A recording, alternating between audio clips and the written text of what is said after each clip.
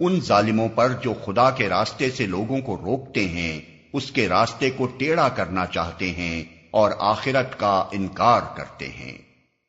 وہ زمین میں اللہ کو بے بس کرنے والے نہ تھے اور نہ اللہ کے مقابلے میں کوئی ان کا حامی تھا، انہیں اب دوہرا عذاب دیا جائے گا۔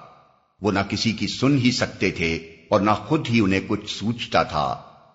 یہ وہ لوگ ہیں جنہوں نے اپنے آپ کو خود گھاٹے میں ڈالا اور وہ سب کچھ ان سے کھویا گیا جو انہوں نے گھڑ رکھا تھا۔ ناگزیر ہے کہ وہی آخرت میں سب سے بڑھ کر گھاٹے میں رہیں۔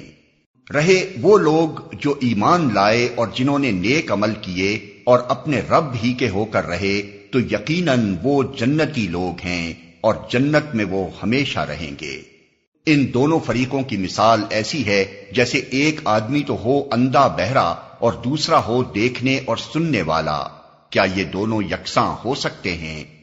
کیا تم اس مثال سے کوئی سبق نہیں لیتے؟